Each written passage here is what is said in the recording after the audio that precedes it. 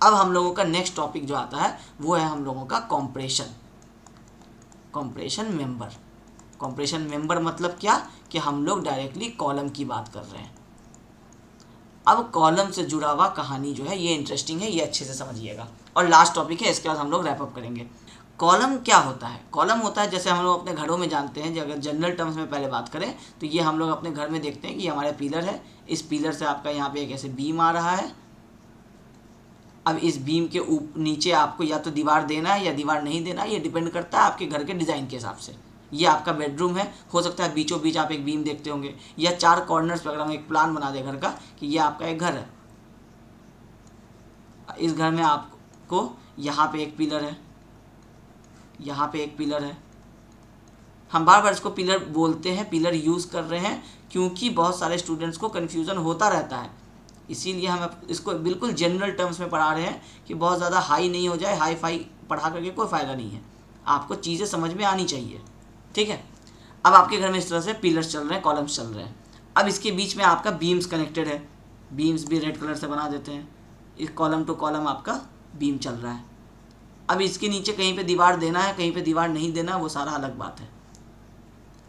अब आपका क्या हो रहा है कि ये जो इस बीम, सबसे नीचे कॉलम था, कॉलम के ऊपर सपोर्टेड है बीम, बीम के ऊपर सपोर्टेड है आपका ये वाला छत।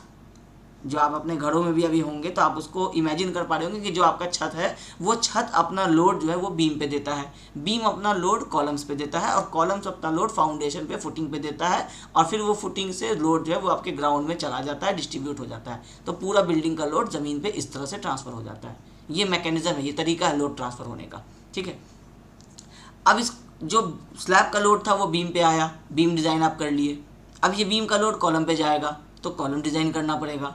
तो कॉलम में लोड कितने तरीके से जा सकता है? अगर हम लोग इसी टॉप का क्रॉस सेक्शन देखें, इस कॉलम को बनाए, तो ये कॉलम आपका कुछ ऐसा है। हम इसको बड़ा बना देते हैं, ये मेरा एक कॉलम है, ठीक है। इसको हम क्लाउड मार्क कर देते हैं कि हम इस वाले कॉलम को यहाँ बनाए हैं इस तरह से, ठीक है। क्लाउड मार्क करना मतलब ही होता है कि हम इस चीज़ का जूम व्यू बना के दिखा रहे हैं आपको। ये मेरा कॉलम है। अब इस कॉलम पे लोड या तो इधर से आ सकता है या तो इधर से आ सकता है, मतलब दोनों साइड से लोड आ रहा है इस कॉलम पे।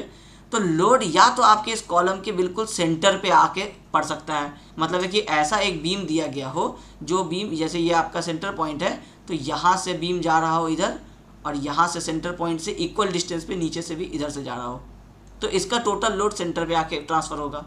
यहाँ भी कुछ ऐसा ही केसेस हो कि यहाँ से बीम जा रहा हो और यहाँ से जा रहा हो।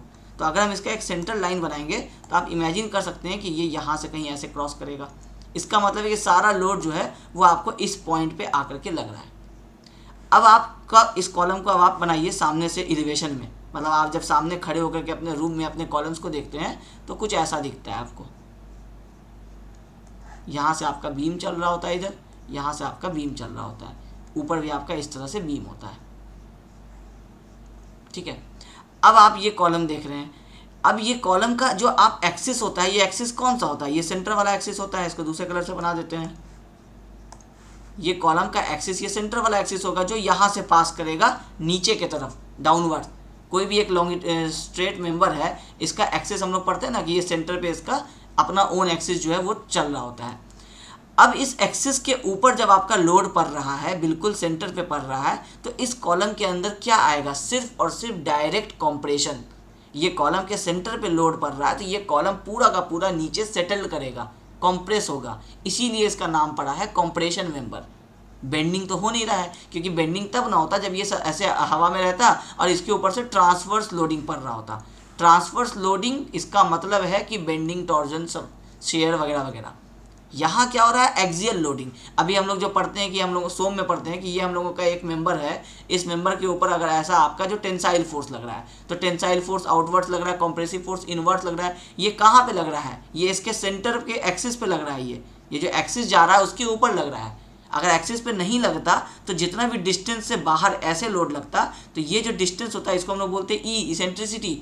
इसका मतलब है कि एक्सिस पे लोड नहीं लग रहा है, नीचे लग रहा है, तो लोड के साथ साथ एक बेंडिंग मोमेंट भी आएगा। ये P × E करके ये एक मोमेंट भी बना देगा। ये तो आपका बेसिक्स है। तो उम्मीद करते हैं कि आपको ये चीज़ तो एटलीस्ट पता होगा। इतना अगर आप बेसिक में जाने लगेंगे तो फिर ये मैराथन नहीं कर पाएंगे, ठीक है। तो ये स्टोरी है आपका लोड ट्रांसफ़र होने का। अब इस एक्सिस पे लोड पड़ा, ये एक केस हुआ। केस क्या हो गया कि एक्सियल लोड आ रहा है।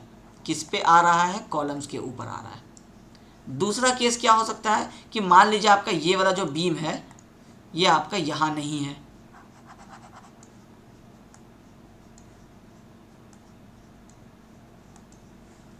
और ये जो आपका बीम आ रहा है ये कुछ ऐसा आ रहा है। अब आपका ये ग्रीन वाला तो सेंटर लाइन यहाँ का था, ब्लैक वाला यहाँ का सेंटर लाइन है, तो आपका फाइनल लोड जो पड़ रहा है वो कहाँ पड़ रहा है? यहाँ पे आकर के पड़ रहा है। ये क्या है? आपका एक्स एक्सिस है। ये क्या है? वाई एक्सिस है। अगर यहीं से बनाते हैं तो ऐसा, ये वाई एक्सिस है आपका। तो एक्सिस सेंटर पे नहीं पड़ रहा है, ऑरिजिन पे नहीं पड़ रहा है, लेकिन किसी एक एक्सिस पे पड़ रहा है। तो आप इमेजिन कर सकते हैं कि अगर इस कॉलम के इस वाले पोर्शन पे आप अगर एक्सेसिव लोड दे रहे हैं, तो ये कॉलम का अगर आपका ये एलिवेशन था और इसमें इस पॉइंट पे आप एक्सेस लोड दे रहे हैं, यहाँ पे सारा लोड आ रहा है, तो ये कॉलम कुछ ऐसा बिहेव कर जाएगा, बेंड होगा, क्योंकि इधर लोड पड़ रहा है तो ये वाला साइड बेंड होगा, इधर बाहर की तरफ आ जाएगा। तो इसको हम लोग कहते हैं axial load, axial load plus uniaxial bending. Uniaxial मतलब किसी एक एक्सिस के हिसाब से बेंडिंग। ये सारा हैंड राइटिंग वगैरह ये सारा हम करेक्ट कर देंगे जब आपको नोट देंगे, इसका टेंशन नहीं लेना है, ठीक है। Axial load plus uniaxial bending किस केस में? जब लोड किसी एक एक्सिस पे पड़ रहा हो, सेंटर पे नहीं पड़ रहा हो।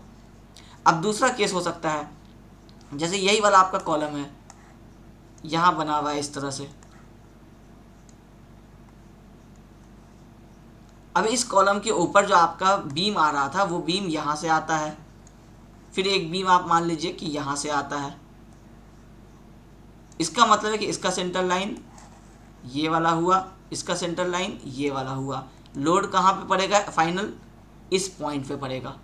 अब इस पॉइंट पे पड़ेगा तो एक्सिस आपका कहाँ है? वाई वाला, ये एक्स वाला, ये दोनों में से किसी एक्सिस पे नहीं पड़ा, दोनों एक्सिस पे आ रहा है। मतलब सेंटर पे जो पॉइंट लोड आ रहा है, मतलब इस बीम पे जो ऊपर से पॉइंट लोड आ रहा है पी, ये तो पी रहेगा ही। मतलब तीसरा केस में भी आपका एक्सियल लोड तो रहेगा ही, एक्सियल लोड तो हट ही नहीं सकता है, क्योंकि वो तो टोटल लोड है हम लोगों का। लेकिन इस लोड की वजह से अब एक बेंडिंग और आएगा, यूनी एक्सियल नहीं है, अब बाई एक्सियल है। अब इस वाला एक्सिस में भी एक बेंड होगा, ये वाला डिस्टेंस भी हम रेड से मार्क कर देते हैं। ये वाला भी आपका होगा इसेंट्रिसिटी और ये वाला भी आपका होगा इसेंट्रिसिटी।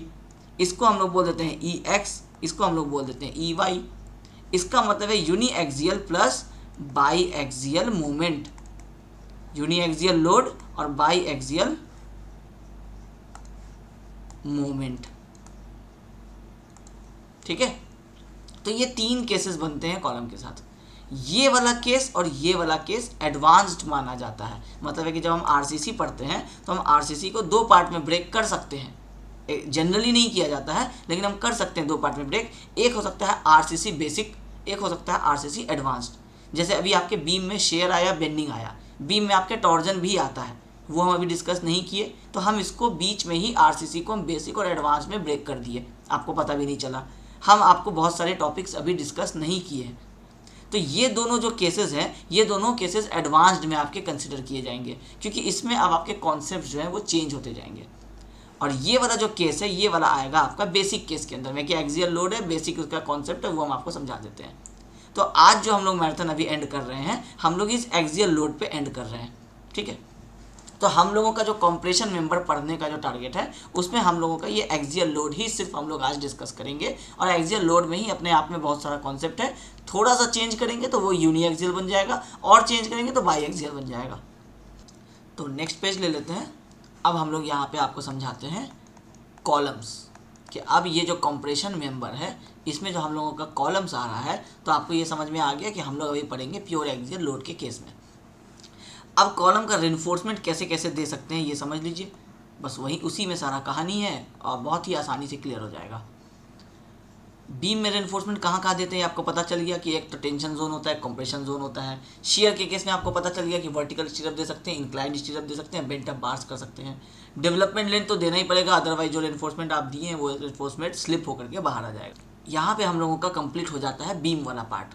अब कॉलम्स आया है कॉम्प्रेशन मेंबर। अब सारी वो कहानी पीछे जो थी वो खत्म हो गई। अब हम लोग यहाँ पे नया चीज़ सीखने जा रहे हैं।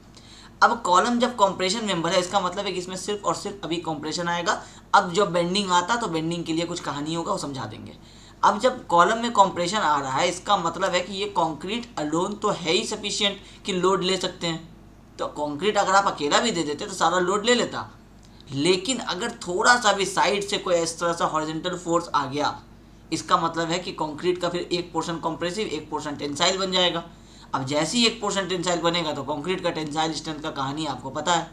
तो ये कंक्रीट कितना भी हैवी लोड ले रहा था तो नहीं गिर रहा था। साइड से आप कह सकते हैं कि अगर आप एक इसको पैर से मार देंगे, एक किक, तो ये टूट करके गिर जाएगा, ऐसा हो सकता है।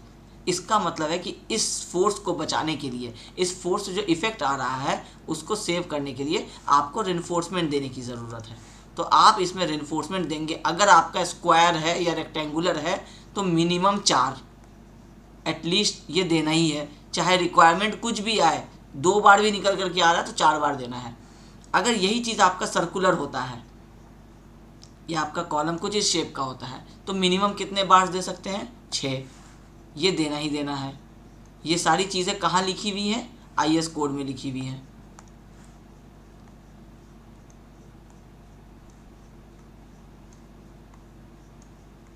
ये आपको 6 बार देना ही देना है, ठीक है। अब आपका ये 4 बार मिनिमम है, ये 6 बार मिनिमम है। तो पहला केस यहाँ पे आ गया। इंपॉर्टेंट पॉइंट्स हम यहाँ पे लिखते जाते हैं या इस तरह से। Point number 1, for rectangular, rectangular में स्क्वायर भी कंसिडर हो जाता है, minimum bars is equal to 4, for circular minimum bars is equal to 6। ये एक केस हो गया। अब ये 4 कॉलम्स हैं तो 4 बार्स हैं तो चारों बार्स को आपस में टाई करके रखना पड़ेगा, अदरवाइज ये एक एक करके सब बाहर होता चला जाएगा, लोड पड़ेगा, ये अपने आप सेपरेट बिहेव करेगा, ये सेपरेट बिहेव करेगा। तो इसके लिए इसको हम लोग इस तरह से टाई कर देते हैं। अब बीम में इसको हम लोग बोलते हैं, अब ये आपका प्लान में आप देख रहे हैं, ये जो दोनों चीज़ हम आपका बनाए हैं ये आपका प्लान है, आप ऊपर से देख रहे हैं। तो ऊपर से देख रहे हैं तो इसको स्टीरअप नहीं समझ लेना है। स्टीरअप में जब हम लोग बीम बनाते थे तो हम लोग सामने से देख रहे होते थे और इस तरह से हम लोगों को स्टीरअप दिखता था। इमेजिन करके देखिए कि आप सामने से बीम को देख रहे हैं। अगर आप बीम का क्रॉस सेक्शन देखते थे तो आपको ऐसा दिखता था, ये बीम है आपका और इसमें आपको ऐसा स्टीरअप दिखता था। इसका मतलब है ये अप है और ये आपका डाउन है, ऐसा है। इस केस में आप प्लान में देख रहे हैं, मतलब है कि आपका ये राइट है और यहाँ से आपका ये लेफ्ट है, ये चल रहा है। ये डिफरेंस समझ में आना चाहिए, प्लान और सेक्शन और एलिवेशन का डिफरेंस, अदरवाइज फिर तो ये पूरा ब्लंडर ही हो जाएगा जो आप समझ रहे हैं, ठीक है। तो हम मान के चल रहे हैं कि अगर आप डिज़ाइन ऑफ RCC स्ट्रक्चर पढ़ने आए हैं तो आपको ये सारी चीज़ें आप पढ़ चुके होंगे बिल्डिंग ड्राइंग्स वाली, तो आपको पता होगा कि प्लान, सेक्शन और एलिवेशन में डिफरेंस क्या होता है। चलिए, अब ये हो गया कि हम लोग ये चारों रेनफोर्समेंट को टाई करके रखना पड़ेगा। तो ये जो हम लोग प्रोवाइड करते हैं इसको हम लोग बोलते हैं टाइज। बीम में क्या बोलते थे? स्टीरअप। यहाँ क्या बोलेंगे इसको हम लोग? टाइज। अब ये टाइज जो है ये सर्कुलर के केस में सर्कुलर के जैसा होगा, रेक्टेंगुलर के केस में रेक्टेंगुलर के जैसा होगा। ये भी आपका हो जाएगा टाइज। अब अब इसका हम लोग एलिवेशन देखते हैं, सामने से खड़े होकर के देखते हैं इसको। तो ये कॉलम आपका कुछ इतने हाइट का है, इस कॉलम में आप रेनफोर्समेंट दे रहे हैं। ये अब आप सामने से देख रहे हैं तो आपको ये बार दिखेगा, तो पीछे वाला बार नहीं दिखेगा क्योंकि दोनों तो एक लाइन में है। यहाँ सामने से खड़े होकर देखेंगे ये बार दिखेगा, ये नहीं दिखेगा। तो हम लोग सिर्फ यहाँ पे 2 बार दिखाते हैं, मान के चलते हैं कि इसके पीछे में 2 बार और है जो दिख नहीं रहा है। अब इस बार को आप क्या किए? टाइज से कनेक्ट किए हुए हैं, ये आपस में इस तरह से बांधे हुए हैं। ये है आपका एक स्टैंडर्ड कॉलम का डायग्राम जो बुक्स वगैरह में आप देखते हैं। ये चीज़ पूरा इस फ्लोर हाइट पे ये इस तरह से बना हुआ रहेगा। अब ये जो आप टाइज प्रोवाइड करते हैं तो टाइज को आप 2 तरीके से रख सकते हैं। मतलब अब आप एक बार है, स्ट्रेट बार, इस स्ट्रेट बार को आप क्या किए, 90 डिग्री पे बेंड करते चले गए। पहले ये बार यहाँ से बेंड हुआ, ऐसा पहुँचा, फिर उसके बाद आप इसको और बेंड कर दिए तो ये ऐसा ऐसा और ऐसा पहुँचा, फिर आप इस वाले पोर्शन को भी बेंड कर दिए तो ये ऐसा ऐसा ऐसा हो गया। लेकिन ये वाला और ये वाला एंड तो अभी आपका कट किया हुआ है, मतलब ये वाला एंड और ये वाला एंड कहाँ गया, ये आपस में जुड़ तो जाएगा नहीं। तो या तो आप इसको इस तरह से ओवरलैप करके, इसको ऐसे ओवरलैप करके 90 डिग्री के बेंड पे देके छोड़ सकते हैं, तो आपका ये सर्कुलर रिंग, आपका रेक्टेंगुलर रिंग बना हुआ रहेगा। या तो आप ऐसा कर सकते हैं कि इसी बार को जब आप बेंड किए इस तरह से, तो यहाँ से आने के बाद आप इसको या तो ऐसे अंदर की तरफ, और इस वाला ये जो एज था आपका, इसको भी आप ऐसे अंदर की तरफ बेंड कर सकते हैं। तो ये दो तरीका है आपके पास, ये वाला और ये वाला। आप इन दो तरीके से रेनफोर्समेंट को, टाइज को आप बेंड करके छोड़ सकते हैं। अब ये वाला जो तरीका है ये तब हम लोग अपनाते हैं जब आपका अर्थक्वेक का बात नहीं हो रहा है, जब आप बिल्डिंग को सिर्फ और सिर्फ अपने लोड्स के कारण सेफ रहे। जैसे हम लोग अपने घर, जो छोटे हम लोग अगर 2 BHK घर वगैरह बनाते हैं 1 फ्लोर का, तो हम लोग मान के चलते हैं कि इसमें अर्थक्वेक क्या ही इफेक्ट करेगा, तो हम लोग मानते हैं कि वो नॉन अर्थक्वेक वाला बिल्डिंग है। तो नॉन अर्थक्वेक वाले केस में ऐसे ही हम लोग नॉर्मल टाइज रख सकते हैं। लेकिन अगर अर्थक्वेक का फोर्स पड़ा, इम्पैक्ट आया, तो यहाँ से ये टाइज जो है ये खुल जाएगा तो ये रेनफोर्समेंट सेपरेट, ये सेपरेट बिहेव करेगा। जो रेनफोर्समेंट आप प्रोवाइड कर रहे थे टोटल लोड को रेजिस्ट करने के लिए, वो सारा सेपरेट ऐड करेगा। और सेपरेट में तो ये लोड वैसे भी नहीं लेता, क्योंकि आपके कैलकुलेशन में ये निकल करके आएगा 425 का बार। तो जब 425 का है तो आप एक एक अगर लगा देंगे तो 125 में तो काम होता नहीं, तो वैसे ही वो बिहेव करेगा, वो फेल हो जाएगा। और ये वाला हम लोग लगाते हैं जब हम लोगों का अर्थक्वेक रेजिस्टेंट हम लोगों को बिल्डिंग बनाना पड़ता है। अब ये करने में टाइम भी किल होता है, पैसा भी ज़्यादा लगता है, इसलिए ये वाला चीज़ कॉस्टली होगा ऑब्वियसली इस वाले चीज़ से। तो आप ज़्यादातर देखते होंगे छोटे छोटे बिल्डिंग्स में इस तरह से बाहर दिया जा रहा है, और बड़े बड़े बिल्डिंग्स में आप देखेंगे इस तरह से दिया जा रहा है। अगर आप मेरा साइट इंटर्नशिप वाला कोर्स देखेंगे तो हम आपको वहाँ पे ये दोनों केसेस समझाए हैं कि कैसे ये दोनों केसेस का रेनफोर्समेंट बनाया जा रहा है, किस किस केस में दिया जाता है। सारी चीज़ें वहाँ हम लोग साइट इंजीनियरिंग वाले में डिस्कस किए हुए हैं। अभी हम लोग यहाँ डिज़ाइन कर रहे हैं तो यहाँ डिज़ाइन वाला पार्ट पे रहते हैं, ठीक है। तो अब ये हो गया आपका दो तरीका जिससे आप रेनफोर्समेंट जो है वो प्रोवाइड कर सकते हैं। इसको हम लोग बोलते हैं बेंड्स। ये हो गया 90 डिग्री बेंड, ये हो गया 135 डिग्री बेंड।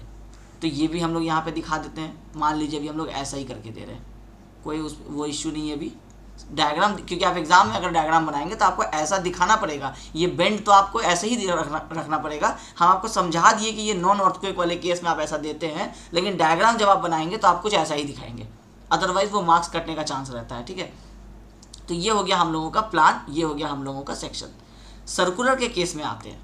अब सेम चीज़ को सर्कुलर में बनाते हैं। ये हम लोगों का कॉलम आ रहा है।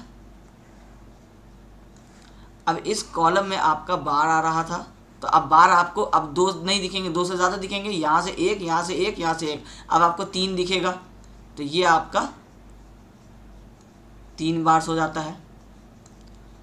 अब इस 3 बार को आप किससे टाई कर रहे हैं? स्टीरअप से। तो स्टीरअप हम आपको टाइज से, हम ही स्टीरअप बोल रहे हैं। ये इस तरह से कनेक्टेड है आपस में,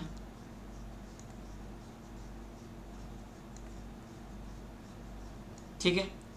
मतलब सारे जो ये रिंग्स हैं ये सिंगल एक रिंग्स बनाए हुए हैं। अगर हम इसको पीछे इस तरह से कनेक्ट करें तो ये डॉटेड हो करके ऐसे वापस आ जाएगा, ये डॉटेड हो करके वापस, मतलब आप ऐसा जितना भी रिंग आपको रिक्वायर्ड हुआ आप उतना रिंग अपना बना लिए आपका, आप इसको यहाँ पे ला करके ऐसे पुट कर दिए, ठीक है। अब ये एक तरीका है टाइज देने का सर्कुलर के केस में। रेक्टेंगुलर में तो यही एक तरीका है, ऐसे ही आप दे सकते हैं। सर्कुलर में ये एक तरीका है कि या तो आप इसको सिंगल दें। तो हम अगर इसका मॉडिफाइड डायग्राम बनाएं, जो थोड़ा सा हम इसको ऐसा जनरलाइज मतलब डायग्राम बनाते हैं, तो इसको हम लोग देंगे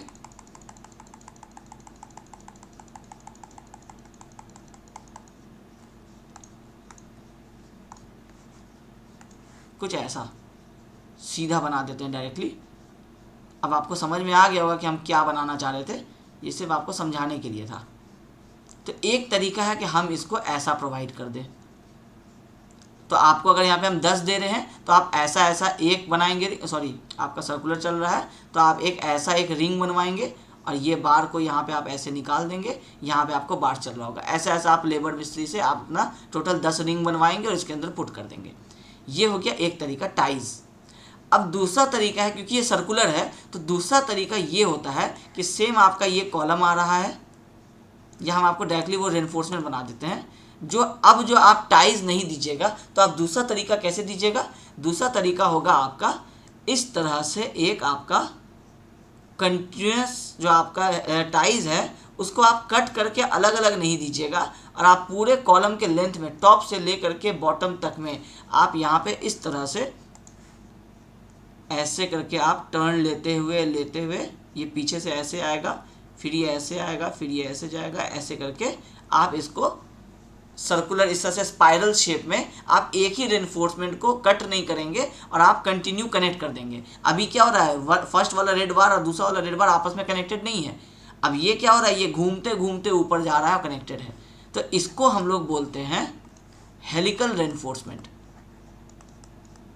कोई इसमें बहुत ज़्यादा टेंशन लेने की बात नहीं है, सिर्फ आपको ये चीज़ केस समझना है। फॉर्मूला इतना आसान है जितना आसान आपको बीम नहीं लगा होगा, उससे ज़्यादा आसान आपको कॉलम का फॉर्मूला है। एक बार बताएंगे और सारा कॉन्सेप्ट क्लियर हो जाएगा, लेकिन ये पूरा कहानी बताना पड़ेगा तब, ठीक है। तो ये हेलिकल रेनफोर्समेंट इसको कहते हैं, इसको हम लोग बोलते हैं टाइज। ये सारा चीज़ नोट्स में रहेगा, कोई टेंशन नहीं लेना, डायग्राम वगैरह सब रहेगा, ठीक है। अब आपके पास आया कॉलम की, कॉलम में रेक्टेंगुलर कॉलम है तो ऐसा रेनफोर्समेंट देंगे, सर्कुलर है तो दो तरीका से दे सकते हैं, या तो ऐसा देंगे या ऐसा देंगे। इसके हिसाब से आपके पास टोटल 3 केस होता है, पहला रेक्टेंगुलर, दूसरा सर्कुलर विथ टाइज, तीसरा सर्कुलर विथ हेलिकल रेनफोर्समेंट। इन तीनों के लिए एक जनरल फॉर्मूला होता है, उसमें तीनों का कहानी थोड़ा थोड़ा सा चेंज कर देंगे, तीनों का फॉर्मूला बन जाएगा, ठीक है। अब यहाँ पे हम आपको इंपॉर्टेंट पॉइंट्स लिखा रहे थे। For rectangular minimum bar 4, for circular minimum bar 6। दूसरे पॉइंट में आते हैं। दूसरा पॉइंट है कि मिनिमम परसेंटेज ऑफ रेनफोर्समेंट कितना होगा कॉलम में। ये तो था मिनिमम नंबर ऑफ बार्स, अब मिनिमम परसेंटेज ऑफ रेनफोर्समेंट भी कॉलम में होता है, बीम में भी होता था, हम आपको अब नहीं बता सकें, अभी हम लास्ट में रैप अप करते समय बता देंगे। मिनिमम परसेंटेज ऑफ रेनफोर्समेंट है आपका 0.8%। किसका 0.8%? 0.8% ऑफ ग्रॉस एरिया। जो भी ये बी है आपके कॉलम का, ये डी है आपके कॉलम का। अगर इक्वल है तो दोनों बी और डी बराबर है, अगर अनइक्वल है तो स्मॉलर वाले को बी बोलते हैं और लार्जर वाले को हम लोग डी बोलते हैं। तो ये बी इंटू डी जो आपका ग्रॉस एरिया है उसका 0.8%। सर्कुलर है तो π/4 इंटू डी स्क्वायर, उसका 0.8%। ये मिनिमम रेनफोर्समेंट देना ही देना है, चाहे लोड में रिक्वायरमेंट में कुछ भी ना आए। ये इसलिए बता रहे हैं क्योंकि अभी जब आप न्यूमेरिकल करेंगे हम तो आपको फॉर्मूला बता देंगे, अगर आप कॉपी पे न्यूमेरिकल प्रैक्टिस कर रहे हैं, किसी बुक से देख रहे हैं, और वहाँ पे आपको ट्रिक क्वेश्चन करेगा और आपका क्वेश्चन में लोड इतना कम दे देगा कि आपका रेनफोर्समेंट का रिक्वायरमेंट आ रहा है 0.7% पीटी जब आप निकाल रहे हैं तो, और आपका एक्चुअल में आपको मिनिमम तो देना है 0.8%। तो आप वहाँ पर लिखेंगे कि हम लोग मिनिमम 0.8% ही रेनफोर्समेंट देंगे और उतना आप प्रोवाइड कर देंगे, ठीक है। ये हो गया आपको दूसरा वाला कहानी। अभी फिलहाल अच्छा एक और कहानी, एक और पॉइंट समझ लीजिए, 3rd नंबर पॉइंट। इसको हम इरेज कर देते हैं, नोट्स में हम आपका प्रॉपर्ली इसको बना देंगे। 3rd पॉइंट है आपका कि अगर आपका बिल्कुल सेंटर पे लोड पड़ रहा है तो एक्सियल है, प्योर एक्सियल, जो हम लोग पढ़ते हैं सोम वगैरह में कि एक्सिस पे लोड पड़ रहा है तो वो होता है प्योर एक्सियल। अब प्योर एक्सियल अगर है तो प्योर एक्सियल के लिए आपके पास एक फॉर्मूला होगा। इसके लिए क्या है? फॉर्मूला है जो आपके इस पूरे कॉलम का सबसे बेसिक फॉर्मूला होगा।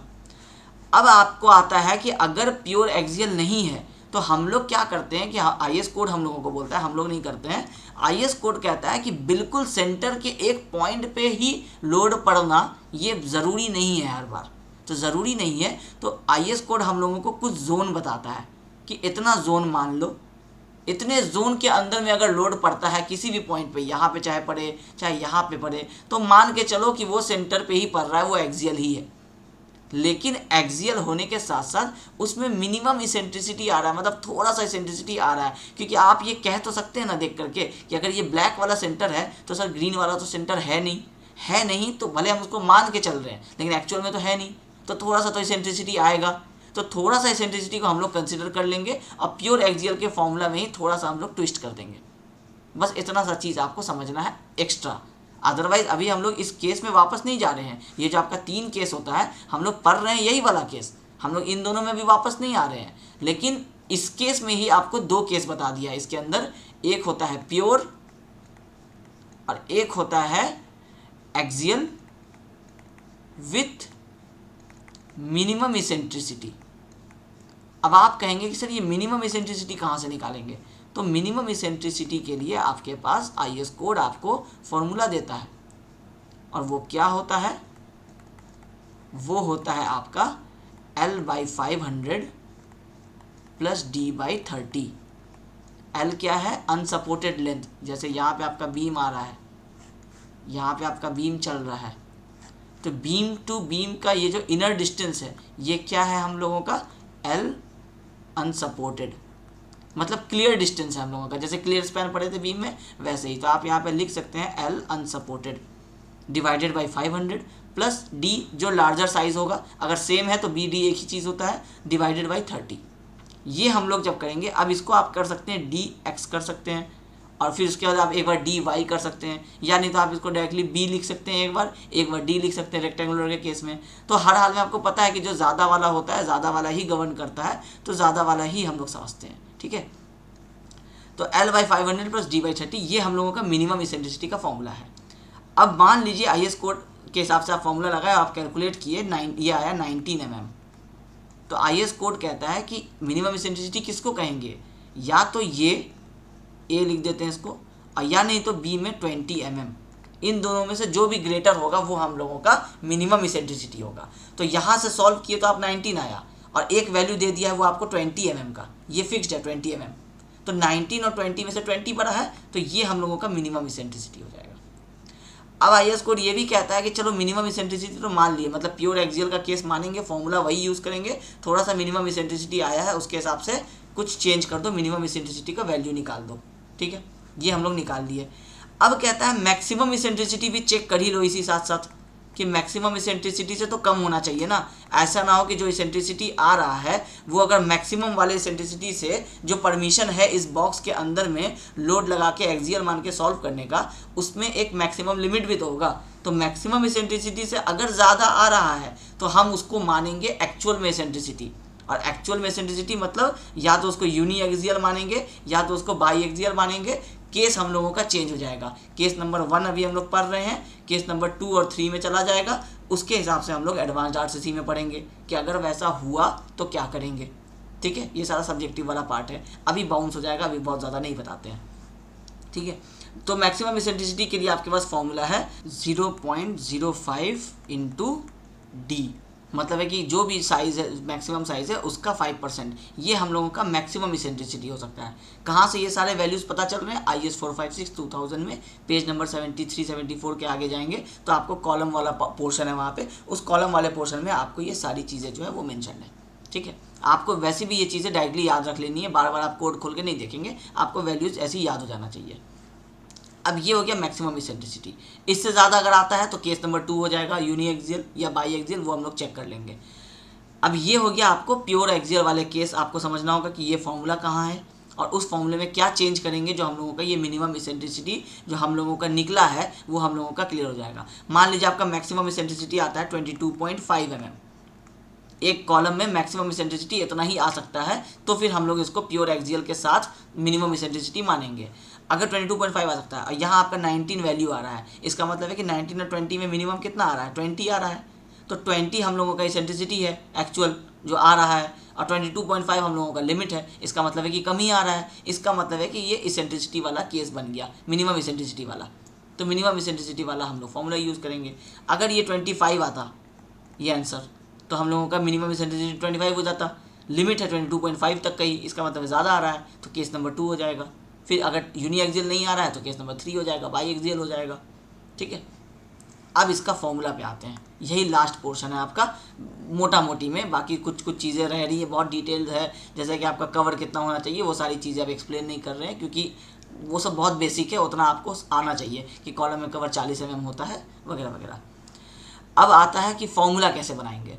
अब फॉर्मूला में आपको निकालना क्या है, पहले आपको यही समझना पड़ेगा कि ये कॉलम में आप क्या क्या निकालना चाह रहे हैं। एक तो आपको अगर कॉलम डिज़ाइन करने बोला गया है तो आपको पता होना चाहिए कि आपका लोड कितना आ रहा है, पी, ये आपका अननोन होगा। आपको ये एरिया कितना प्रोवाइड करना है कॉलम का, हर लोड के हिसाब से, हर फ्लोर के हिसाब से लोड अलग अलग होगा। तो ग्राउंड फ्लोर में कितना कॉलम का साइज़ देंगे, फर्स्ट फ्लोर में कितना देंगे, 10 स्टोरी का बिल्डिंग है तो टॉप स्टोरी पे कितना देंगे, साइज़ क्या होगा, उसके अंदर ये जो 4 रेनफोर्समेंट दे रहे हैं ये 4 ही देंगे या 6 देंगे या 8 देंगे या 10 देंगे, कितने mm का देंगे, ये स्पेसिंग जो दे रहे हैं टाइल्स का, ये टाइल्स का डायमीटर क्या होगा, उसका डिस्टेंस क्या होगा आपस में, जैसे हम लोग बीम में SV निकालते थे, ये सारी चीज़ें आपको अननोन होंगी। तो इसमें आपको जब हम लोग फॉर्मूला में आएंगे तो सबसे पहले हम लोग यहाँ पे लिखेंगे अननोन्स, कि हम लोगों का अननोन्स क्या क्या हो सकता है। तो अननोन्स में पहला केस आपको हो सकता है कि लोड कितना आ रहा है, हो सकता है आपसे लोड ही निकालने के लिए पूछेगा। दूसरा आपके पास हो सकता है एरिया ऑफ कॉन्क्रीट, जो कॉलम का साइज़ क्या होगा, एरिया ऑफ कॉन्क्रीट उसी को कहते हैं। तीसरा आपको बोल सकता है area of steel, area of steel.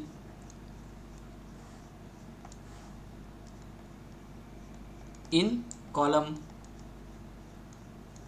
चौथा आपका हो सकता है डाया ऑफ टाइज। पांचवा आपका हो सकता है स्पेसिंग ऑफ टाइज। ये सारी चीज़ें आपको अननोन हो सकती है। लोड का हम लोग जो सिंबल यूज़ करते हैं वो होगा पी। एरिया ऑफ कंक्रीट को हम लोग बोलेंगे ए सी, कंक्रीट का एरिया। एरिया ऑफ स्टील को बोलेंगे area of steel in column, A S C. Dia of ties होगा, या कॉलम या कंप्रेशन जो भी कह लीजिए, हम ऐसे ही कॉलम बोल दिया आपको, area of steel in compression होगा। डाया ऑफ टाइज मतलब है कि फाई, किसका, टाइज का, जो भी नाम दे दीजिए, चाहे तो आप इसको एस लिख दीजिए, फाई एस, या फाई छोड़ सकते हैं। स्पेसिंग ऑफ टाइज, इसका मतलब है कि एच, इसको हम लोग लिखते हैं एच, कि दो टाइज के बीच का जो वर्टिकल स्पेसिंग है वो कितना होगा। अब ये सारी चीज़ें आपको निकालनी है। इसका मतलब है कि अगर हम लोग सबसे पहले लोड का सोचें कि अगर हम लोगों को लोड निकालना है तो लोड क्या होता है, P. P is equal to, अब वापस आपके दिमाग में आएगा कि ये तो हम लोग बीम में पढ़े थे कि जब भी हम लोगों को टी या सी कोई कंप्रेसिव या टेंसाइल फोर्स निकालना होता है तो सिग्मा इंटू ए करना पड़ता है। हम आपको बार बार यही बात बोल रहे हैं कि पूरे आरसीसी में सिग्मा इंटू ए चलने वाला है। सिग्मा क्या है हम लोगों का, पी किस पे आ रहा है, कॉलम पे आ रहा है। अब कॉलम क्या है, दो चीज़ से कंबाइंड है, एक तो कंक्रीट प्लस उसके अंदर रेनफोर्समेंट। तो कंक्रीट की बात करें तो 0.446 FC के इंटू क्या है कंक्रीट का एरिया, ए सी, ये हो गया कंक्रीट वाला part. P is equal to sigma into A. लेकिन अभी कंक्रीट अलोन तो है नहीं, रेनफोर्समेंट भी साथ में है। तो रेनफोर्समेंट है तो कितना, कौन सा रेनफोर्समेंट, इसका स्ट्रेस क्या है पता नहीं है, अभी FSC है। एरिया कितना है रेनफोर्समेंट का, ASC है। बस यही हम लोगों का बेसिक फॉर्मूला बनता है, जनरल फॉर्मूला। अभी आपको ये किताबों में नहीं मिलेगा, अभी आपको इससे सॉल्यूशन नहीं मिलेगा। और ये डबली रेनफोर्स की जितना कॉम्प्लिकेटेड भी नहीं है कि FSC कैसे निकालेंगे, अभी हम आपको तरीका बता देते हैं, बस वही तरीका जो है वो फाइनल है। अब इस फॉर्मूला में क्या होता है कि हम लोग कॉलम के ऊपर का लोड निकाल रहे हैं। बीम में क्या होता था कि हम लोग मोमेंट ऑफ रेजिस्टेंस निकालते थे। तो मोमेंट ऑफ रेजिस्टेंस डेसिमल के बाद 3 डिजिट तक इंपॉर्टेंट हो जाता है कि अगर आपका 38.361 आ रहा है, 38.361 किलो न्यूटन मीटर, तो ये 3 डिजिट इंपॉर्टेंट हो जाता था। तो ये 0.446 तक लेना इंपॉर्टेंट हो जाता था। यहाँ हम लोग क्या करते हैं ईजी करने के लिए, क्योंकि हम लोगों को कॉलम पे एक मैक्सिमम लोड कैपेसिटी जानना है, 340.1 किलो न्यूटन में निकलेगा तो हम 340 किलो न्यूटन ही प्रोवाइड करेंगे मैक्सिमम लोड।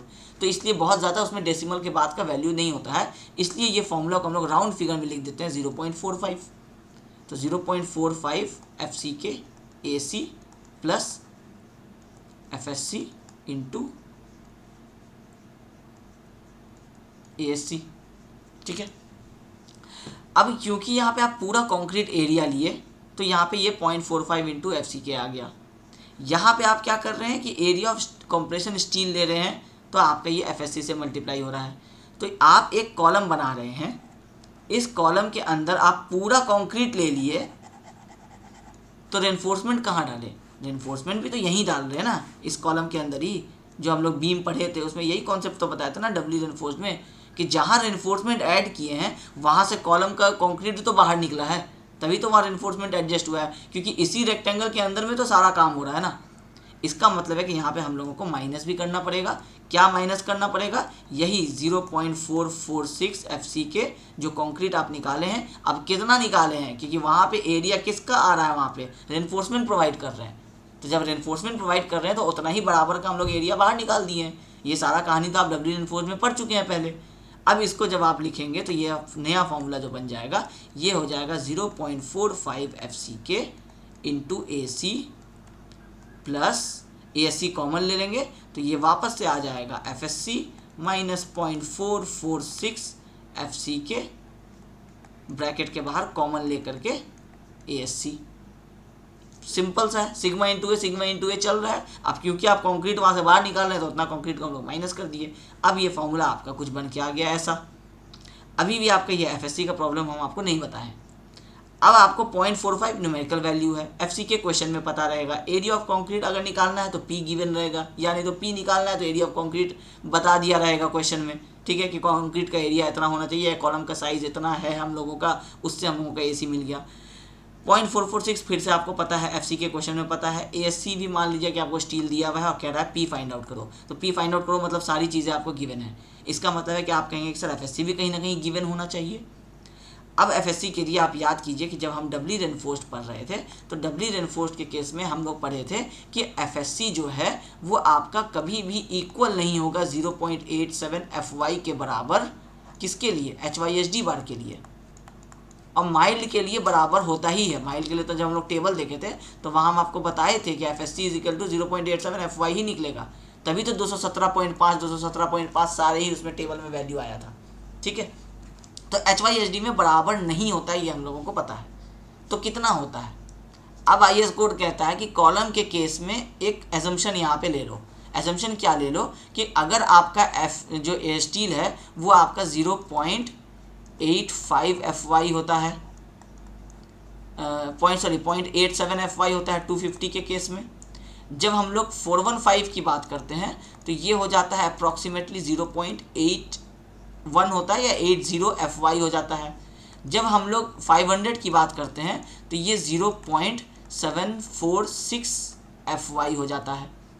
कहने का मतलब है कि अगर माइल्ड स्टील है तो 0.87 FY होगा FSC भी। अगर HYSD है तो कम होगा। कितना कम होगा?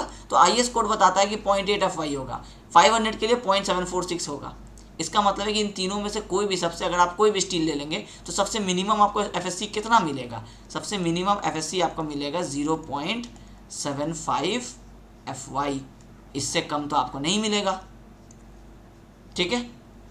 तो IS कोड कहता है कि इसी FSC को मान के चलो, FSC is equal to 0.75 FY। अब हम लोग वापस आते हैं फॉर्मूला में। ये तो हो गया सारा स्टोरी, इसको हम अभी रहने देते हैं साइड, बाद में मिटा देंगे इसमें, ठीक है। अब आपको जब P निकालना है तो P निकालने के लिए जो आपका फॉर्मूला बना वो बना 0.45 FCK ASC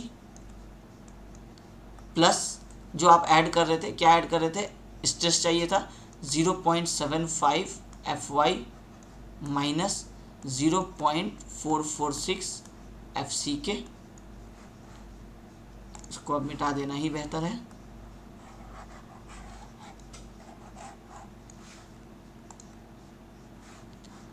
FCK into ASC। ये जो आपका फॉर्मूला बन के आया, ये बन के आया आपका प्योर एक्सियल के केस का। इसको हम ग्रीन से कर देते हैं। ये फॉर्मूला आया आपका जो हम लोग पहला केस पढ़े थे कि कॉलम के ऊपर जो लोड आ रहा है वो बिल्कुल उसके सेंटर पे एक्ट कर रहा है, तो इसको हम लोग कहेंगे प्योर एक्सियल केस का। ये फॉर्मूला आपको बाय हार्ट याद होना चाहिए, क्योंकि ये याद नहीं होगा तो अभी इसके नेक्स्ट वाला फॉर्मूला इसमें जो चेंज करेंगे वो याद नहीं होगा, पूरा केस गड़बड़ा जाएगा, पूरा कॉलम का न्यूमेरिकल रॉन्ग हो जाएगा अगर आपका ये प्योर एक्सियल का फॉर्मूला आपको याद नहीं होता है तो। और ये कुछ भी नहीं था, ये सिग्मा इंटू ए प्लस सिग्मा इंटू ए माइनस सिग्मा इंटू ए। सिर्फ सिग्मा इंटू ए कर रहे हैं क्योंकि पी का यही फॉर्मूला है आपके पास। पूरे आरसीसी में अभी तक आपसे यही किए हैं, ठीक है। अब आपका ये हुआ प्योर एक्सियल। अब IS कोड कहता है कि इसेंट्रिसिटी चेक कर लो, मान के चलो मिनिमम इसेंट्रिसिटी आ रहा है, मैक्सिमम से बाहर नहीं जा रहा है, तो प्योर एक्सियल का ही केस रहेगा, थोड़ा सा इसमें इसेंट्रिसिटी का इफेक्ट आएगा। तो इसेंट्रिसिटी होने के वजह से जो आपका कॉलम है, इस कॉलम के अगर सेंटर पे लोड नहीं एक्ट करता है, थोड़ा सा इससे गड़बड़ा के इधर उधर एक्ट कर रहा है, तो कॉलम का जो मैक्सिमम लोड लेने का कैपेसिटी जो एक्सियल के हिसाब से था वो 10% रिड्यूस हो जाएगा। जब एकदम सेंटर पे लोड पड़ता तो वो अगर 500 किलोमीटर उठाता, तो जब थोड़ा सा सेंटर से हट के पड़ेगा, कुछ रेंज के अंदर में पड़ेगा, तो वो 450 किलो न्यूटन ही उठा पाएगा। लोड उसका कैपेसिटी रिड्यूस हो जा रहा है। इसका मतलब है कि इस पूरे फॉर्मूला में अब आपको कैपेसिटी रिड्यूस करना है कॉलम का, तो P is equal to 10% reduce कर दीजिए, ये हो जाएगा 0 अप्रॉक्सीमेटली, क्योंकि 10% करते हैं तो ये 0.45 का 0.40 समथिंग आएगा। तो हम लोग इसके लिए जो कोड हम लोगों को फॉर्मूला बताता है कि राउंड फिगर में लेकर के इसको करो, तो ये हो जाएगा 0.4 FCK AC प्लस, अब 0.75 का भी 10% जब रिड्यूस करेंगे तो ये हो जाएगा 0.67 FY माइनस, अब यहाँ रखेंगे 0.446 ही, क्योंकि ये कंक्रीट तो वो कंक्रीट है ना जो बाहर निकल चुका है, लोड तो बाद में पड़ा सेंटर से हट करके ना, ये कंक्रीट तो आप बाहर निकाल चुके हैं। तो कितना निकाले थे, इतना स्ट्रेस इनटू इतना एरिया, इसीलिए इसमें 10% नहीं रिड्यूस कर देना है कि इसको भी 0.4 कर दिए, ये कैच है। तो इसको हम अलग कलर से मार्क कर देते हैं, अदरवाइज आप लोग फिर इसको भी 0.4 करेंगे ही करेंगे। 0.446 FCK, और यहाँ पे हम स्टार भी लगा देते हैं, स्टार, क्या पता आप लोगों को ये याद रहे बाद में नहीं रहे, ठीक है। तो ये हम लोगों का बना दूसरा फॉर्मूला, और ये फॉर्मूला किसके लिए बना, ये बना एक्सियल विथ मिनिमम इसेंट्रिसिटी।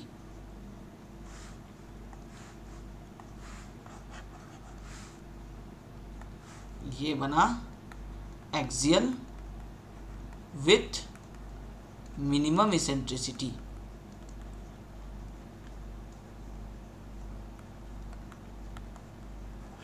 ठीक है।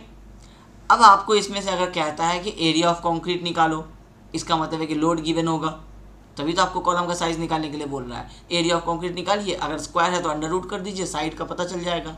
अगर रेक्टेंगुलर है तो कुछ रेशियो बताएगा, यानी तो खुद से रेशियो डिसाइड कर लीजिए कि 300/450 देंगे, 1:2 का रेशियो, 1:1.5 का रेशियो, वो आपके हाथ में है, लेकिन आपको कुछ ना कुछ केस तो बताएगा।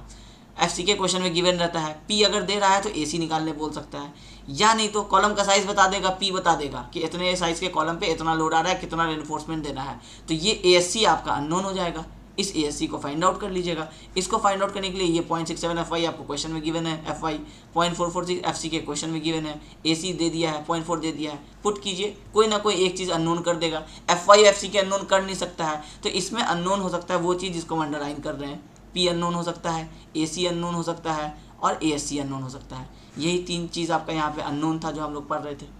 लोड दे दिया है, उसके बाद या तो आपको या तो लोड अननोन हो सकता है, या एरिया ऑफ कंक्रीट हो सकता है, या एरिया ऑफ स्टील हो सकता है। ये 3 चीज़ हम लोगों का अननोन हो सकता है। अब ये बात हो गया अभी तक का लोड के हिसाब से जो रेनफोर्समेंट हम लोगों का आ रहा है उसका। अब हम लोग कॉलम का रेनफोर्समेंट मान लीजिए आ गया हम लोगों का 6 बार आ गया, 6 बार तो हम लोग दे दिए। अब टाइस देना पड़ेगा, तो टाइस देना पड़ेगा, तो टाइस का हम लोग डायमीटर कितना लेंगे, तो टाइस के डायमीटर के लिए यहाँ पे आपको IS कोड हम लोगों को बताता है कि डाया ऑफ टाइस जो होगा वो कौन सा लेना है, तो वो मैक्सिमम होगा किसमें से, मैक्सिमम ऑफ 2 केस बताता है। पहला है कि जो आपका मैक्सिमम डाया ऑफ बार जो आप यूज़ कर रहे हैं लॉन्गिट्यूडनल, जो आपका मेन बार चल रहा है, तो dia of bar divided by 4 या फिर और 6 mm, इन दोनों में से जो भी है। जैसे अगर आप 28 mm का बार का यूज़ कर रहे हैं कॉलम में, तो 28/4 कितना होगा, 7 mm होगा, तो 7 और 6 में मैक्सिमम कौन सा होगा, 7 होगा, तो वो हो जाएगा हम लोगों का डाया ऑफ बार, ठीक है। ये हो गया डायमीटर ऑफ टाइज। अब आप डायमीटर ऑफ टाइज आपको मिल गया आपके क्वेश्चन के कंडीशन के हिसाब से। अब आपको स्पेसिंग प्रोवाइड करना है, स्पेसिंग ऑफ टाइज, तो स्पेसिंग ऑफ टाइज कितना देंगे, तो इसके लिए भी IS कोड कहता है कि 3 कंडीशन है, 3 कंडीशन में से तीनों में से जो मिनिमम वैल्यू होगा वो हम लोगों का स्पेसिंग होगा, क्योंकि जो तीनों में से जो सबसे कम रिक्वायर्ड आएगा वही हम लोगों का फाइनल होगा ना। उससे ज़्यादा अगर देंगे तो कोई एक केस में फेल हो जाएगा। अब वो केस क्या है, ये है आपका 16 इंटू डाया ऑफ स्मॉलर बार। मतलब अगर आपका ये कॉलम है, इस कॉलम में अगर आप 20 और 16 का बार यूज़ कर रहे हैं,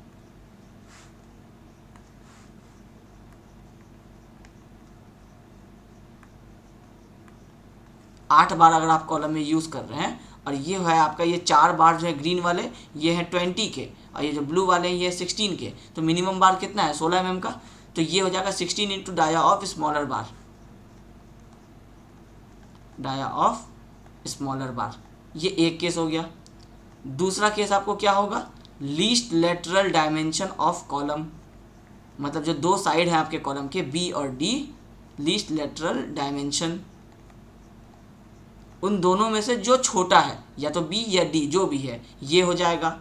और तीसरा आपको कहता है 300 mm। अब मान लीजिए आपका डायमीटर 16 है, यहाँ आप इसके हिसाब से कैलकुलेट किए तो ये 16 इंटू 16 आप करेंगे तो ये आ जाएगा 256 mm। मान लीजिए कॉलम आपका है 400 बाई 400 का, तो ये कितना आ गया 400, और यहाँ कितना है आपका 300, तीनों में से मिनिमम कौन सा है 256, तो 256 mm आपको स्पेसिंग ऑफ टाइज देना पड़ेगा। अब क्योंकि आप 256 नहीं दे सकते हैं तो आप उसको राउंड फिगर में कर देंगे 250 mm या 255 mm, क्योंकि आप लेबर से आप कहेंगे कि बिल्कुल 256 पर एनफोर्समेंट दो, पॉसिबल नहीं होता है, तो इतना राउंड फिगर में कर दिया जाता है जो इजीली मेजर कर दिया जा सके। तो 256 को हम लोग 250 जनरली देते हैं, 5 के रेंज में नहीं देते हैं टाइज को, ठीक है। तो 250 mm हम लोगों का स्पेसिंग हो जाएगा मिनिमम। तो ये दो चीज़ भी आपको निकल के आ गया कि डाया ऑफ टाइज और स्पेसिंग ऑफ टाइज कैसे लेंगे। अब ये सारा हम आपको बताएं अभी तक, इस डाया और स्पेसिंग जो है ये कॉलम के लिए बताएं, सॉरी रेक्टेंगुलर कॉलम के लिए बताएं। अब इसी में अगर आपका सर्कुलर होता तो आप एरिया ऑफ कंक्रीट क्या, एक सेकंड, ये 0.45 ASC नहीं है, AC है, ये AC हो जाएगा, ठीक है। तो अब आपका ये रेक्टेंगुलर होता तो आप AC जो निकालते, अगर आपका सर्कुलर होगा तो π/4 इंटू डी स्क्वायर कर देंगे, ये AC निकल जाएगा। ASC तो रेनफोर्समेंट ही होता है। ये दोनों जो हम आपको बताए हैं ये दोनों हुआ आपको टाइज के लिए, टाइज के लिए ये दोनों फॉर्मूला। टाइज अगर प्योर एक्सियल है, टाइज के साथ है तो ये, अगर आपका ये इसेंट्रिसिटी है लेकिन टाइज ही है तो ये। अब अगर आपका IS कोड कहता है कि अगर आपका हेलिकल रेनफोर्समेंट आप देते हैं, तो हेलिकल रेनफोर्समेंट देने के केस में जो कॉलम है आपका वो थोड़ा एक्स्ट्रा लोड बियर कर पाता है, क्योंकि वो जो दो टाइज जो हम लोग यहाँ डायग्राम में बनाए थे, ये दो टाइज आपस में कनेक्टेड यहाँ नहीं है, और यहाँ जो हम लोग अभी ऐसे स्पाइरल ये बनाए हैं इसमें कनेक्टेड हैं, तो कनेक्टेड है तो ये कॉलम ज़्यादा लोड ले पा रहा है। कितना ज़्यादा ले पा रहा है, 5% ज़्यादा ले पा रहा है। तो 5% ज़्यादा ले पा रहा है, तो अब जो हम लोगों का फॉर्मूला बन रहा है हेलिकल के केस में वो बन रहा है 1.05, मतलब 5% एक्स्ट्रा इंटू ये जो हम लोगों का मिनिमम इसेंट्रिसिटी का फॉर्मूला था। अब इसमें वो प्योर एक्सियल वाला केस जो है वो इसमें नहीं आएगा। 0.67 FY माइनस 0.446 FC के। अच्छा, एक गलती हो गया, एक गलती ये हो गया कि ये फॉर्मूला में ये एरिया ऑफ कॉलम नहीं लिखेंगे, इसको एक्चुअली AC लिखते हैं ना, तो AC का मतलब एरिया ऑफ कंक्रीट हो जाएगा, इसको हम लोग लिखेंगे AG, gross area of column. Area of concrete क्या होता है, अगर आपका ये है 400 और ये है आपका 400, तो 400 बाई 400 है, तो इसका AG होगा आपको 16,000, ठीक है। ये आपका mm स्क्वायर करके ये आपका एरिया हो जाएगा ग्रॉस। अगर इस एरिया में अगर आपका जो रेनफोर्समेंट है, मान लीजिए 20 mm डाया का है 8 बार, तो 20 mm डाया का है तो 8 इंटू 314 mm स्क्वायर, एक 20 mm का डाया होता है, तो ये हो जाएगा आपको लगभग 2500 के आसपास, mm स्क्वायर के आसपास। तो अब कोई पूछेगा कि इस पूरे कॉलम में 2500 अगर आपका रेनफोर्समेंट है तो रिमेनिंग कंक्रीट कितना बचा, तब आप लिखेंगे AC is equal to 16,000 minus 2500 is equal to जो रिमेनिंग आया वो आपका एरिया ऑफ कंक्रीट हो गया। तो इसलिए इस फॉर्मूला में चेंज कर लीजिएगा, ये सारा AG होगा और यहाँ भी आपका ये AG हो जाएगा, ठीक है। अब कुछ लोग समझदारी करते हैं, या बुक्स में कई जगह पे आपको इस तरह से लिखा रहता है कि AC वाला फॉर्मूला भी आपको लिखा रहेगा। अब वो AC वाला फॉर्मूला में क्या लिखा रहेगा, पहले हम इसको कंप्लीट कर देते हैं, उसके बाद हम आपको बताते हैं कि वो फॉर्मूला कैसे। दूसरा एक फॉर्मूला आप बुक्स में देखेंगे जिसमें आपको ये माइनस 0.446 FC के नहीं लिखा हुआ है, ठीक है। ये फॉर्मूला हम लोगों का किसके लिए हो गया, हेलिकल के लिए।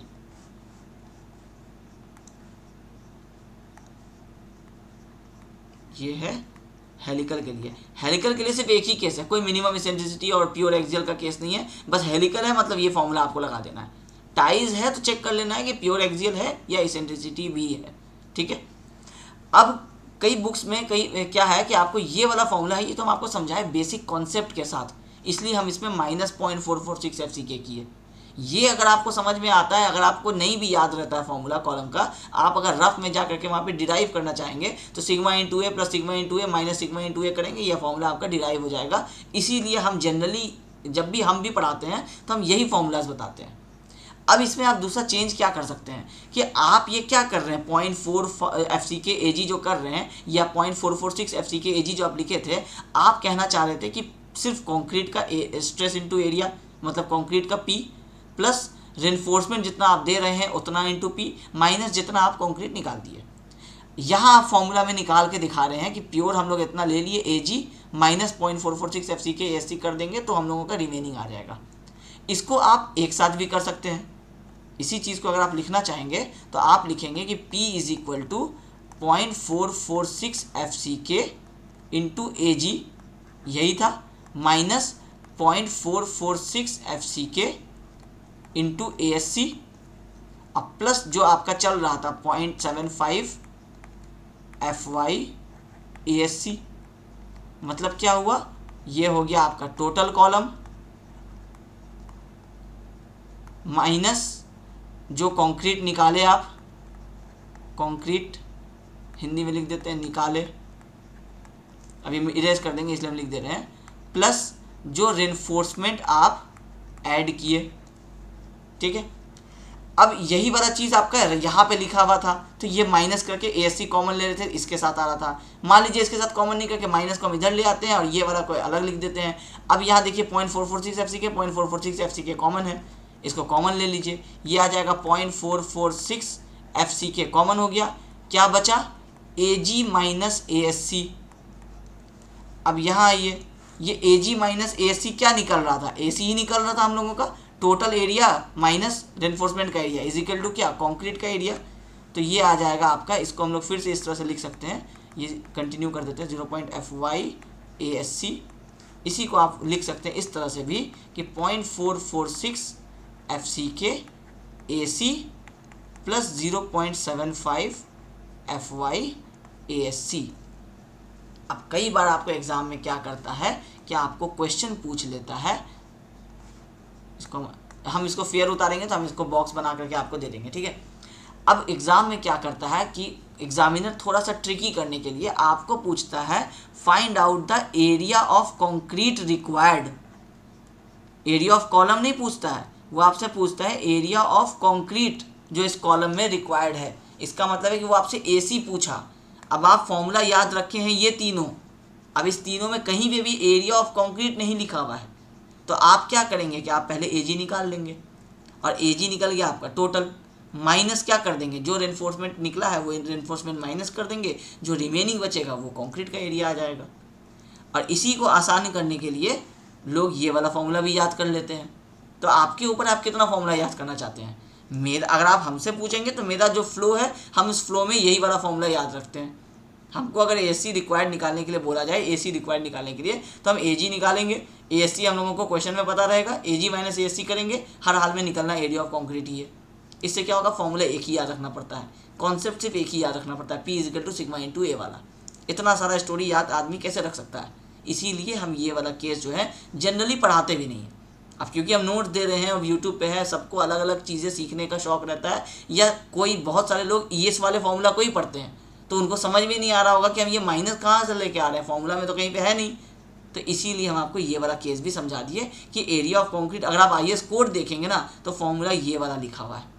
हम आपको समझाएं कॉन्सेप्चुअल वाला फॉर्मूला, हमको वो ईजी लगता है, सबका अपना अपना केस हो सकता है। ठीक है, तो यहाँ पे आपका एक कह सकते हैं आप कि बेसिक जो आपका डिज़ाइन था RCC स्ट्रक्चर का वो आपका कंप्लीट होता है।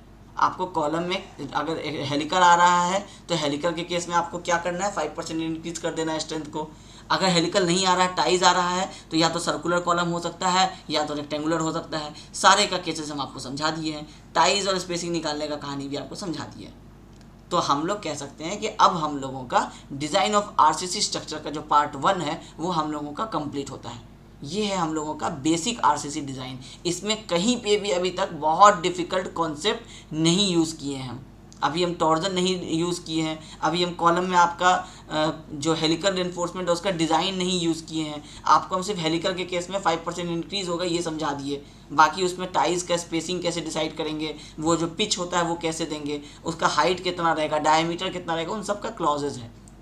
यूनी एक्सियल होगा, बाई एक्सियल होगा तो क्या होगा। तो हम आपको नेक्स्ट पेज में लिखते हैं कि जब हम लोग आरसीसी पार्ट 2 करेंगे तो पार्ट 2 में हम लोगों का सिलेबस जो होगा आरसीसी पार्ट 2, ये जनरली किसी भी कॉलेज में जब आप पढ़ते होंगे उस कॉलेज में जो आपका एडवांस्ड आरसीसी स्ट्रक्चर होगा उस एडवांस्ड आरसीसी स्ट्रक्चर को हम लोग इसमें कवर करने वाले हैं।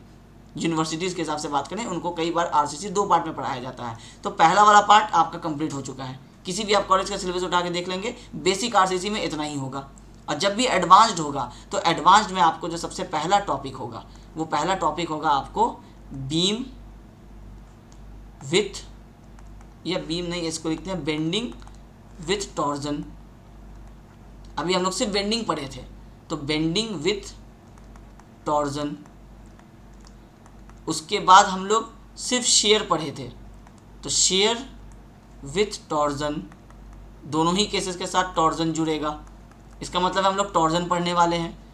थर्ड टॉपिक होगा आपका टॉर्जन, मतलब है कि पहला टॉपिक वही होता है टॉर्जन पढ़ते हैं, उसका टॉर्जन को लगाते बेंडिंग के साथ, टॉर्जन को लगाते शेयर के साथ। नेक्स्ट टॉपिक आपका आएगा टी बीम, क्योंकि अभी तक आप टी बीम के बारे में नहीं पढ़े हैं, बेसिक वाले में नहीं होता है, एडवांस वाले में होता है, इसलिए एडवांस में कवर करेंगे। उसके बाद आप पढ़ेंगे स्लैब। अब स्लैब जो है वो 2 टाइप का होगा, वन वे स्लैब, इसका अलग पूरा एक लेक्चर होता है, एक अलग इसमें अपने आप का कहानी है। दूसरा है 2 वे स्लैब, तो ये स्लैब जो है ये सबसे ज़्यादा लेंदी आपका होने वाला है, ठीक है। उसके बाद 6th वाला आपका टॉपिक होगा कॉलम विथ मोमेंट। अभी हम लोग मोमेंट नहीं पढ़े, सिर्फ प्लेन पढ़े एक्सियल, इसमें मिनिमम एसेंट्रिसिटी ले लिए। अब यूनी एक्सियल या बाई एक्सियल होगा तो क्या होगा, बेंडिंग होगा, बेंडिंग होगा तो मोमेंट आएगा, तो P+M दोनों के लिए डिज़ाइन करना पड़ेगा, वो एडवांस वाला पार्ट होता है। कैसे करेंगे, कहाँ से फॉर्मूला आएगा, वो सारी चीज़ें देखेंगे। और लास्ट जो हम लोग पढ़ेंगे वो होगा हम लोगों का फाउंडेशंस। तो फाउंडेशंस में हम आपको लगभग सारी चीज़ें पढ़ेंगे कि आपको आइसोलेटेड फुटिंग डिज़ाइन कर रहे हैं तो उसमें आपका 1 वे शेयर हो सकता है, 2 वे शेयर हो सकता है, आपका पंचिंग फेलियर हो सकता है, ये तीनों चीज़ें हम लोग पढ़ेंगे, ठीक है। तो आई होप कि ये मेरा पूरा ये जो मेहनत था, ये जो मैराथन आपको प्रोवाइड करने का सोच रहे हैं, ये सारी कोशिशें आपको पसंद आएंगी। आपको मेरा ये लेक्चर पसंद आया होगा। लेक्चर को, वीडियोस को लाइक ज़रूर कीजिए अगर पसंद आ रहा है, डिसलाइक ज़रूर कीजिए अगर ना पसंद आ रहा है, क्योंकि आपके लाइक और डिसलाइक से, अगर आप लाइक्स करते हैं तो यूट्यूब को पता चलेगा कि ये वीडियो अच्छा है, तभी इस पर लाइक्स आ रहे हैं, तो ये वीडियो ज़्यादा प्रमोट होगा, ज़्यादा लोगों तक पहुँचेगा। जो आप शेयर करके भी नहीं पहुँचा पाएंगे शायद आप लाइक करके पहुँचा देंगे। तो वीडियोस देखने के बाद अगर पसंद आ रहा है तो वीडियोस को ज़रूर लाइक कीजिए, ये मेरे लिए काम आएगा। नहीं पसंद आ रहा है तो डिसलाइक कीजिए, कमेंट कीजिए, कमेंट में बताइए कि आपको क्या क्या प्रॉब्लम लग रहा है इसके अंदर, वो भी इम्प्रूवमेंट के ही काम आएगा। आपके नाम से कोई मतलब नहीं है कि आप कौन कमेंट कर रहा है, आपको जो चीज़ें नहीं पसंद आ रही आप वो कमेंट ज़रूर कीजिए, क्योंकि अगर आप क्रिएटर को बताएंगे नहीं कि आप कुछ मैसेज सही तरीके से नहीं पहुँचा पा रहे हैं तो फिर हमको बताएगा कौन कि मैसेज को सही तरीके से पहुँचाना है। हमको तो लग ही रहा है कि मैसेज सही तरीके से पहुँचा रहे हैं, कुछ तो होगा जो हम नहीं कर पा रहे होंगे, वो कमेंट में भी ज़रूर लिखिए, ये आपका राइट है, आप इसको कर सकते हैं, ठीक है। तो आई होप आज के ये पूरा लेक्चर जो है ये आपको पसंद आया होगा। Thank you.